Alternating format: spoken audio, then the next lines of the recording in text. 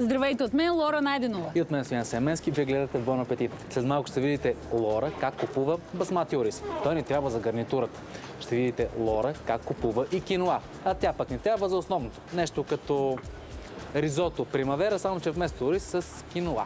И понеже все още не е пролет, ще заложим на сезонните и на зеленчуците, отгледани в оранжерии. За десерт предлагаме постни лимонови палачинки. Много са меки и апетитни. О, Семенски! Готова ли си? Да. Бъдемо мляко купили? Ето го. Дай. Към кухнята.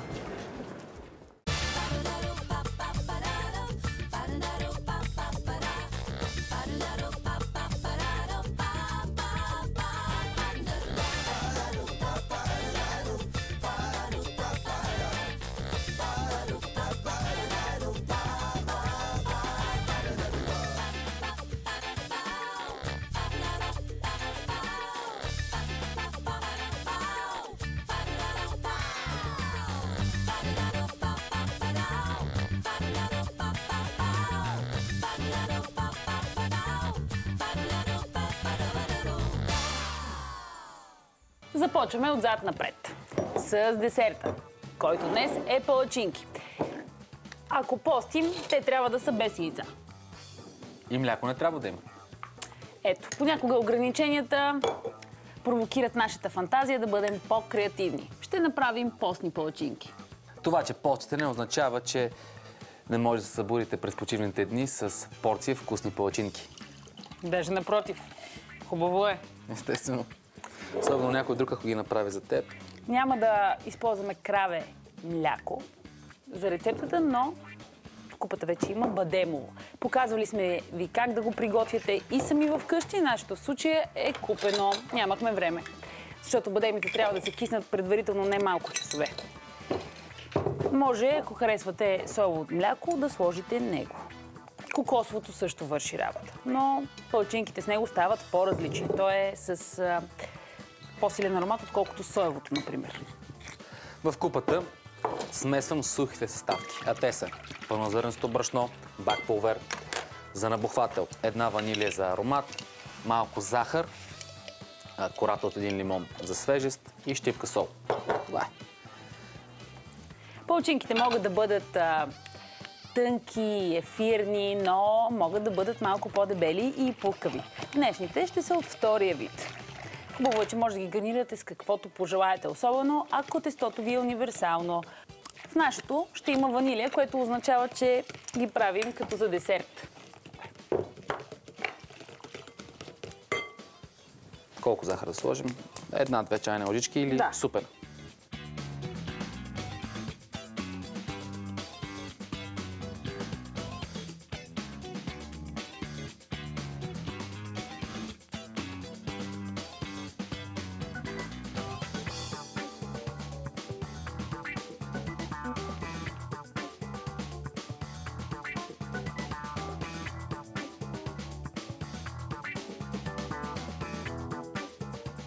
Голяма част от палачинките вече са готови. Сега обаче ще направим нещо, с което да ги гарнираме. Всеки си има нещо любимо. Например, едни хора предпочитат палачинките с мед и орехи, други с течен шоколад или различни видове сладко. Днес ще направим смес от орехи, мед. Какво можем да сложим още в нея? Канела, сок от лимон. Супер! Сок от лимон сложихме и в тестото. Малко, 2-3 супени лъжици. Тази е последната. След това ги гарнираме. Ще сложим соса тук. Предпочитам орехите да са накълцани по-наедро, за да се усещат. Може да ги запечете предварително и дори да ги замените с някакви други ядки, но когато говорим за мед, веднага се сещам за орехи. Някакси много си отиват пък.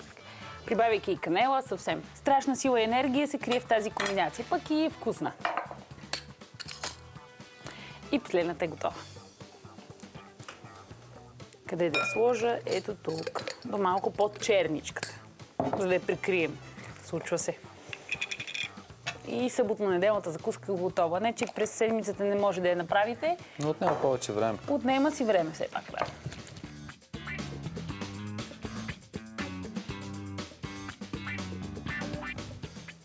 Проба. Разбира се. Мед, орехи, канела и лимон. Всичко това поставено върху пухкави палчинки, в които има лимон. И пълнозърнесто брашно, богато на фибри. Ако ги направите с газирана вода, тогава ще станат още по-пухкави. А ако ги направите с обикновена вода, тогава са по-хрупкави.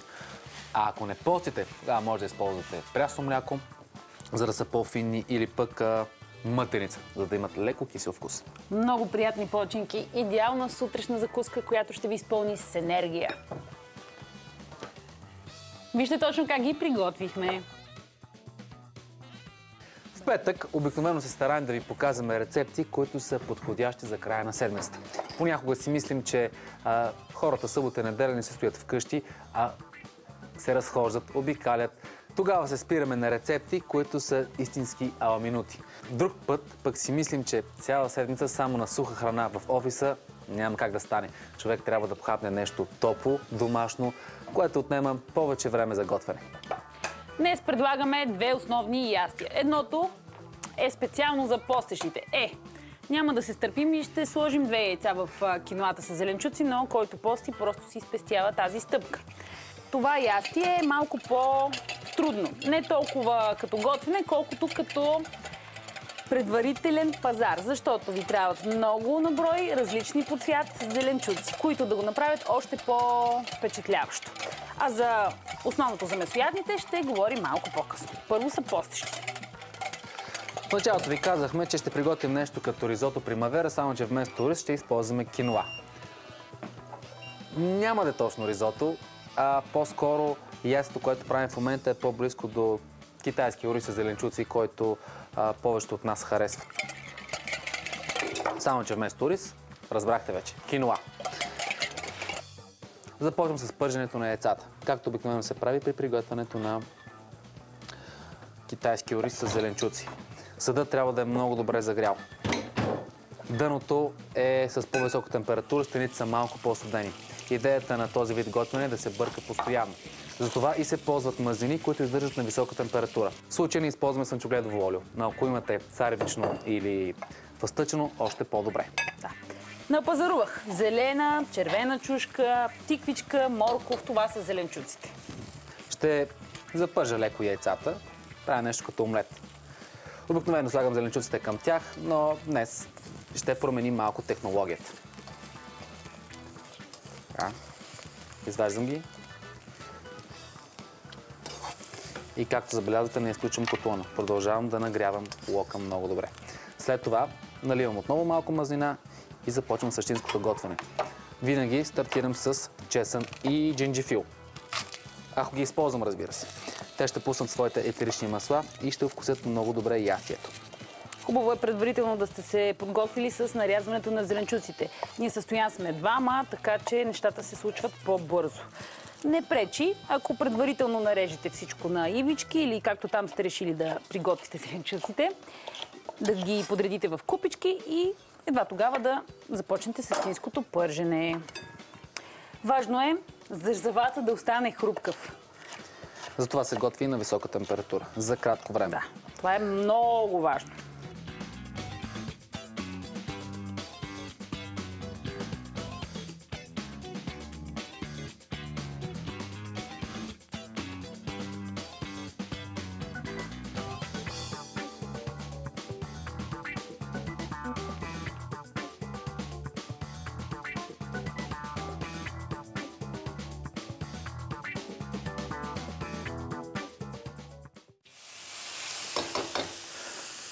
Апетитно изглежда, нали? Пъстроцветно. Една палитра от цветове. Слагаме и яйцата, които нарязах на купчета. Киноата готова ли? Още малко. Трябва да се готви 10-15 минути, зависи. И избързах май. На пазара има черна, червена, бяла киноа. Ние сме избрали класическата. Богата е на белтъчини, затова е предпочитан продукт от хората, които... Целия грях да сложим, извиняй. Много ще дойде май целия. Хората, които не ядат месо. Мисля, че е добра алтернатива и за постещите, защото не можеш да караш само на ориз, леща, боб. Разнообразието е хубаво нещо. Особено в кулинарен план.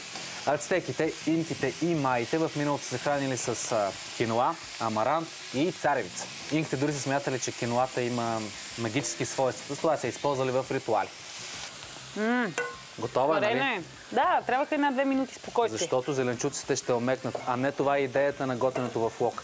Както вече казахме, трябва да останат хрупкави. Ето я тази киноа. Сипвай. Добре, сипваме асайта.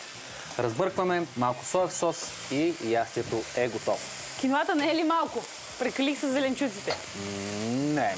Браво, благодаря. Идеално. Ето едни печени. Организма в края на зимата има нужда от повече витамин С.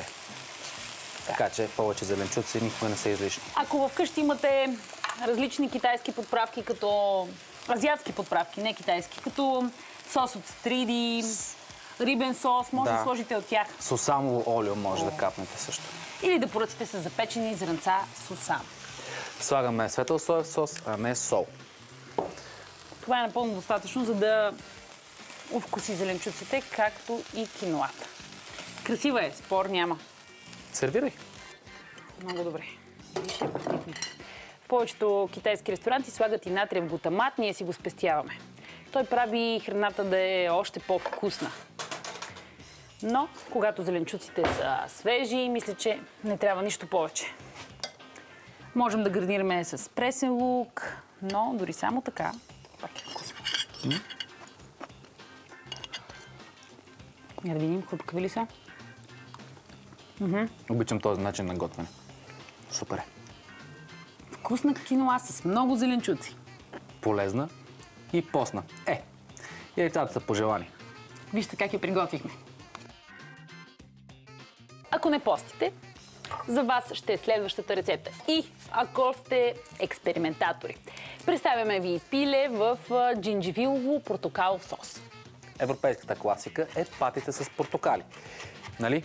И китайците имат нещо подобно. Но днес ще покажем малко по-достъпен и различен вариант. Вместо патица пиле. Ще сложим пиле. Да. Което трябва да мариноваме. Не цяло пиле, просто гърди. Филета или както искате така ги наречете. Бяло месо с малко мазнини. Истински аламинут. Няма нужда от дълга термична обработка. Маринатата ще е много свежа. Не само заради джинджифила, който Стоян ще нареже, но и заради двата портокала, от които ще сложим и корите, и сок. Нарязвам 2 скелетки чеса на ситно и след това минавам към ето този любим наш продукт – пресен джинджифил. Важно е да знаете следното. Когато е по-дебел корена, е по-лют. Когато е по-грапава повърхността, също е по-лют. Означава, че е по-стар. Затова взимайте млад и по-малък корен. Отсеждам портокалите, след като настържа кората и какво ще трябва да сложим в купата при чесане и джинджифила. Светъл соев сос. Имаме. Ако имате тъмен, а не светъл, тогава сложете малко по-малко от него и налейте вода. Или пък добавете повече портокалов сок, да, защото е по-концентриран. Какво друго? Нещо, което ние двамата много харесваме. Май доста неща харесваме в тази рецепта.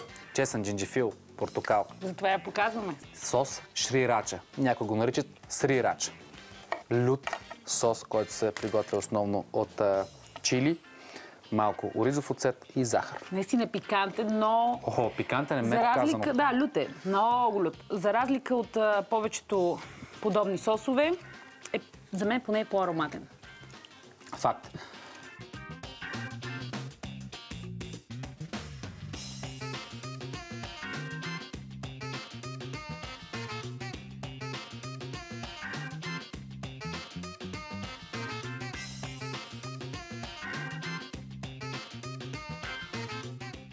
Добавихме соевия сос, нарязания джинджифил, сложихме шрирачата, малко захар и бял балсамов оцет. Сега ще нарежем и пилешкото. Както ви каза Стоян, то е филе. И ще го мариноваме. Режем го на ивички. Горе-долу еднакви по големина. Слагаме ги в купата при маринатата и после ще трябва да изчакаме да се маринова месото. Колкото повече стои в нея, толкова по-вкусно ще стане. Ако имате време, го мариновайте от предната вечер. Това го повтаряме почти всеки път. Но е истина. Ние имаме обаче подготвено месо предварително, така че ще си улесним задачата. Ще го извадиш ли от хладилника? Разбира се. Чакай да прибера и това. Включвам котлона. Отново ще готвим в лок. Трябва да е силно сгорещен. Първо ще отседим месото от маринатата, а нея самата я заделяме. Защото тя ще е и соса за пилешкото. Заповядай. Благодаря. Защо се занимаваш с филетата? Аз ще сготвя гарнитурата, а тя е супер лесна. Ориз басмати, сварен в малко вода. Ако имате бульон в хладилника, а ние нямаме, защото ни свърши, може да сложите него вместо вода. Но в крайна сметка видях, че имаме вино в хладилника, което се охлажда.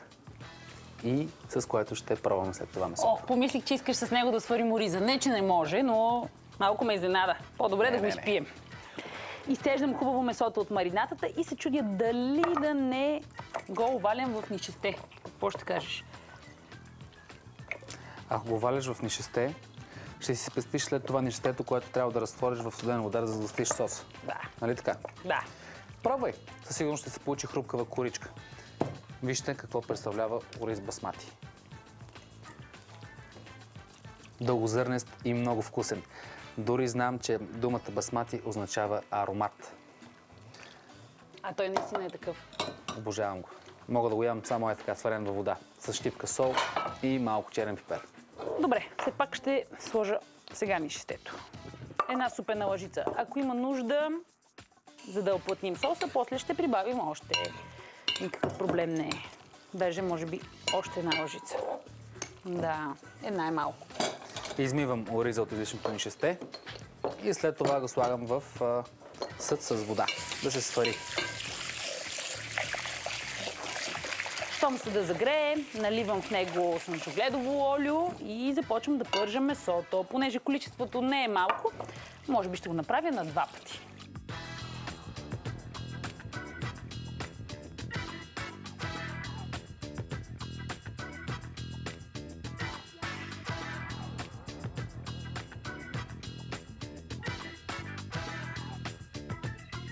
Малко е шумно, не знам дали ни чувате, но месото е почти готово. Аз вече не те чувам. Връщам това, което първо запържих, в съда. Разбърквам и го заливам с соса. Оха! От ориза слагаме като канапе, отгоре пилешкото месо с соса и накрая гарнираме с пресен лук, който трябва да нарежа косо. Държим го на котлона, докато соса се оплътни и започне да ни харесва. Добре. Не му трябва много, защото лока е силно сгорещен. А и този съд задържа топлина.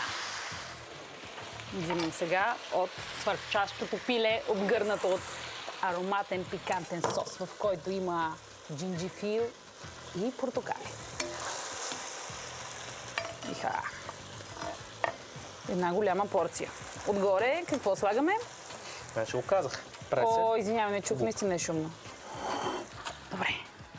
Позволявам си да взимам, докато Стоян реже. Което не е много желателно. Оха! Ориза не е подправен, но това е съвсем умишлено, защото той е по-скоро като хляб в случая. Сладко, кисело, солено, леко пикантно. Само горчивото липсва. Много е добре. Особено със свежия пресен лук. Виж как точно го приготвихме.